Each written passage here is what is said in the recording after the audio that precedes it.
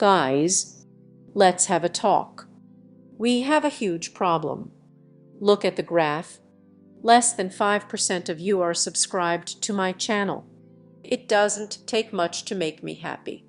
How about 1 in 5 of you subscribe right now?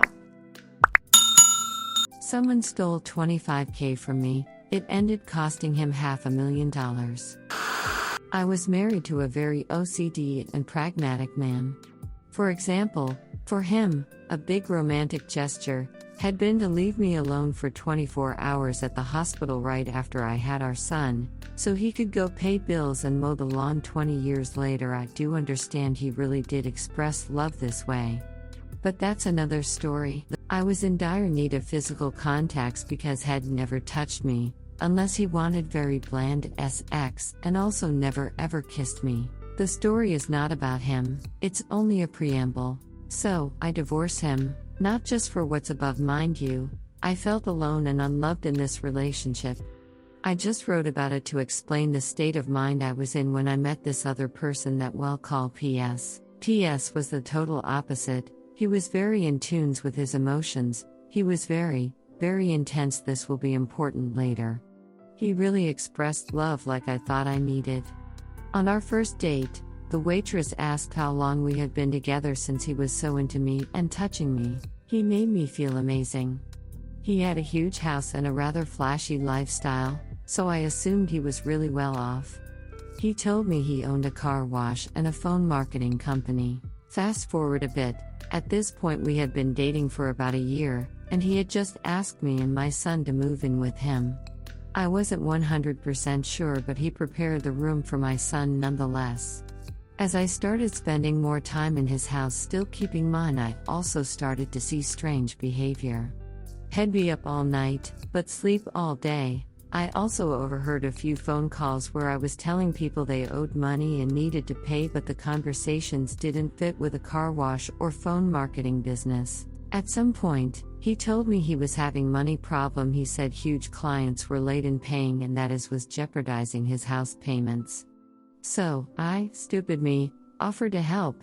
I'm missing a part of this story because it started as me offering help with the house since we were there a lot. Still had my house though, but it ended up with me lending him $25K. I cannot for the life of me remember that progression. The loan was supposed to be for 3 weeks, he said. I'd have it all back in 3 weeks. 3 weeks. That $25K came from my retirement savings, son's college money, so I had to pay a fine to access it. It's also money it took me 10 years to put aside. That money was very important to me. During those 3 weeks, I went out to have drinks with my friends and found him on a date with another woman. I saw him French kissing another woman. I said nothing, went to his house, packed my asset and left. So anyway, I thought he'd be an adult and would still reimburse the $25K at the end of this 3 weeks. Big mistake. Someone I knew told me he was glad I left and proceeded to tell me about him. He said PS was a junkie, hooked on GHB, hence why he was so intense and so into his emotions. That also explained the erratic sleep night patterns, but the final blow was when he told me PS was also a con man. A specialist in defrauding older people by phone, his so-called phone marketing company. In the beginning, I wasn't sure I believed it, but then bits of what I had overheard in the last year started to make sense, and I realized it was all true. Back to this later. I tried having my money back many different ways, none worked. I was at the end of my rope, and since it was in my year post-divorce and right after the 2008-2009 economic crash as well, I was poor as hell. So this is what I did. First, he had given me access to pay bills online, not to his bank accounts, but to his emails, so I was able to investigate all his accounts with the same password. I printed, screenshotted every little bit of information relating to money.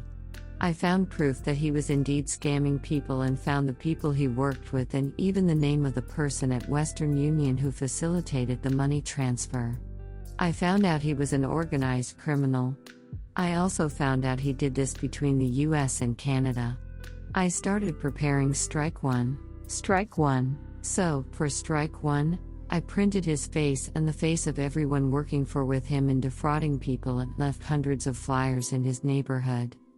I also called the hotline for financial crime prevention in both Canada and the US and gave very specific details and names.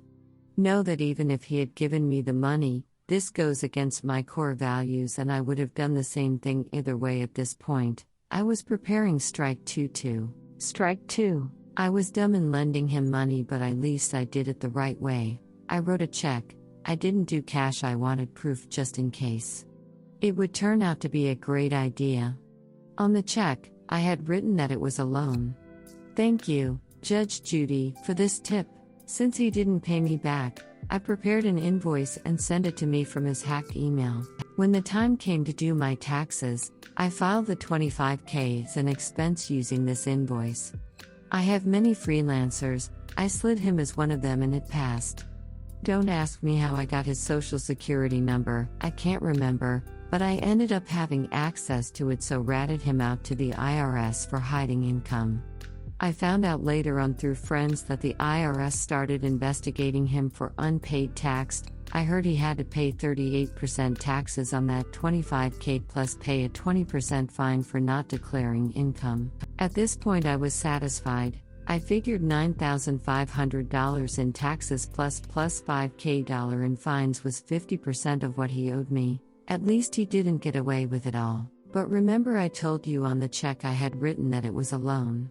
So I took him to court and won. He didn't even show up. So he has to reimburse the full $25,000 plus court fees plus what he owes to the IRS, so it's $39,500 that he was to pay for not reimbursing $25,000. To this day I still haven't seen a cent, but the rest of the story makes it worthwhile. At first, I thought the financial crime call I made had no effect. Well, it's now the cherry on top. What I didn't know at the time is that the IRS would team up with Wire Fraud Division and look at everything he did. They were not able to catch him on the wire fraud, since the house he had did not fit with the money he was declaring, they got him on tax evasion and gave him a certain delay to pay back taxes. I heard it was only 3 months, but I don't know if it's accurate.